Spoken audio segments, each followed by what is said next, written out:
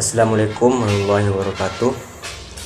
Puji syukur kehadirat Allah Subhanahu wa taala atas segala nikmat dan karunia-Nya sehingga kami dapat menyelesaikan tugas video presentasi ini dengan baik. Kami juga mengucapkan terima kasih kepada Ibu Cici Widya Prasetyandari SMM selaku dosen pengampu mata kuliah perpajakan atas bimbingan dan ilmu yang telah diberikan selama perkuliahan berlangsung. Nah, dalam video ini kami akan memaparkan materi mengenai pajak penghasilan pasal 23 yang merupakan salah satu komponen penting dalam sistem perpajakan Indonesia. Nah, materi ini mencakup ruang lingkup objek pajak, subjek pajak, serta kewajiban pemotong pajak yang perlu dipahami oleh setiap wajib pajak yang pelaku usaha. Langsung saja ke materi ruang lingkup dan objek pajak PPh pasal 23. Bahwa PPh pasal 23 dikenakan atas penghasilan tertentu yang diterima atau diperoleh wajib pajak dalam negeri dan bentuk usaha tetap dari pihak pemotong pajak. Penghasilan ini dikategorikan dalam 3 kelompok besar. Yang pertama yaitu penghasilan dari modal. Jenis penghasilan ini berasal dari pemanfaatan aset atau dana yang menghasilkan imbal hasil. Dividen, pembagian keuntungan perusahaan kepada pemegang saham, termasuk juga pembagian sisa hasil usaha koperasi kepada anggotanya.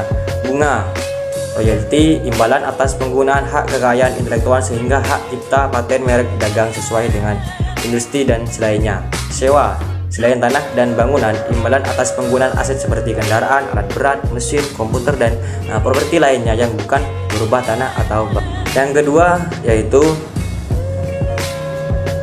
penghasilan dari jasa. Kategori ini mencakup berbagai jenis jasa profesional dan teknis yang diberikan oleh individu atau badan usaha.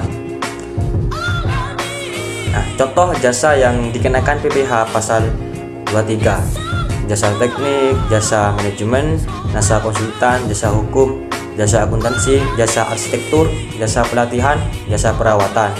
Nah, yang ketiga yaitu penghasilan lain-lain. Nah, dalam kategori ini mencakup penghasilan yang tidak termasuk dalam 2 kelompok sebelumnya, tetapi tetap dikenakan PPh pasal 23. Hadiah penghargaan, penghargaan atas prestasi atau kontribusi tertentu, bonus, tambahan penghasilan di luar gaji atau honorarium, imbalan jasa, bayaran atau jasa yang tidak termasuk dalam daftar jasa tertentu tetapi tidak memenuhi kriteria objek pajak. Nah, selanjutnya yaitu ada subjek dan pemotong pajak. Nah, yang pertama yaitu subjek pajak. Pihak yang dikenai pajak atau wajib pajak dalam negeri, individu atau badan hukum yang berdomisili di Indonesia, bentuk usaha tetap, perwakilan usaha asing yang beroperasi di Indonesia. Yang kedua yaitu pemotong pajak. Pihak yang wajib melakukan pemotongan PPh pasal 23 badan pemerintah, BUMN atau BUMD, perusahaan swasta, bentuk usaha tetap atau BUT. Yang ketiga yaitu kewajiban pemotong pajak. Pemotong pajak memiliki tanggung jawab sebagai berikut. Yang pertama yaitu melakukan pemotongan atas penghasilan yang dibayarkan. Yang kedua, menyetor ke kas negara melalui bank persepsi. Yang ketiga, melaporkan ke kantor pelayanan pajak atau KPP. Yang keempat, masa pajak. Laporan dan penyetoran dilakukan paling lambat 10 hari setelah pemotongan. Tahun pajak, laporan tahunan dilakukan 1 bulan setelah akhir tahun pajak.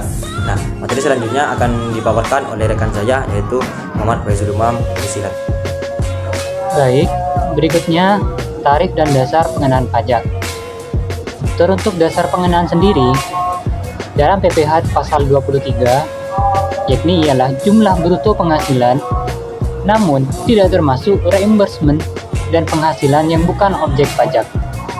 Teruntuk tarif sendiri di sini dikenakan 15% untuk penghasilan yang berasal dari modal seperti halnya dividen, bunga maupun royalti. Berikutnya dikenakan tarif 2% untuk penghasilan dari jasa. Sebagai tambahan, jika tidak memiliki NPWP, tarif dinaikkan 100%. yang semula dari 15%, bila dinaikkan 100% menjadi 30%, dan yang semula 2% dinaikkan menjadi 4%. Pajak dipotong oleh pemberi penghasilan dan dapat dikreditkan pada SPT tahunan. Lanjut kepada mekanisme pemotongan dan pelaporan pajak PPh pasal 23.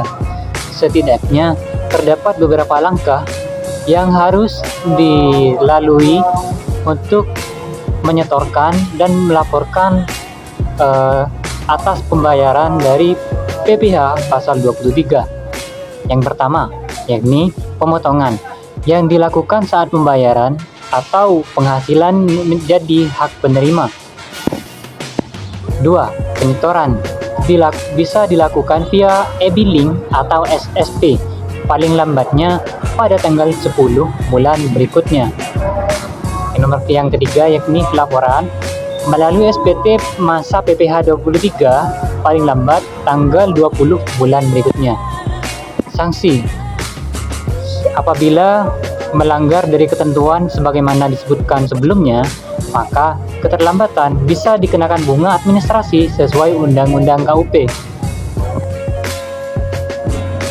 Untuk ilustrasi, di sini terdapat sebuah studi kasus sederhana, yakni untuk latar belakang PT Cemerlang Nusantara sebagai pemberi jasa dan PT Mandiri Teknik sebagai penerima jasa konsultasi memiliki kesepakatan untuk berkonsultasi dalam merumuskan sebuah proyek, yang dimana proyek tersebut bernilai sekitar 200 juta rupiah.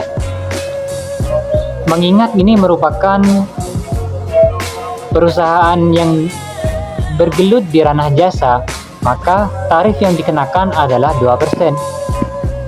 Maka dihitunglah 200 juta dikali dengan 2%, maka hasilnya adalah 4 juta. Dengan hasil, PT Cemerlang wajib memotong sekitar 4 juta sebelum membayar. Sekian kiranya yang bisa kami sampaikan. Kurang lebihnya apabila terdapat salah kata, mohon maaf. Mohon maaf ila aqwamit thoriq. Assalamualaikum warahmatullahi wabarakatuh.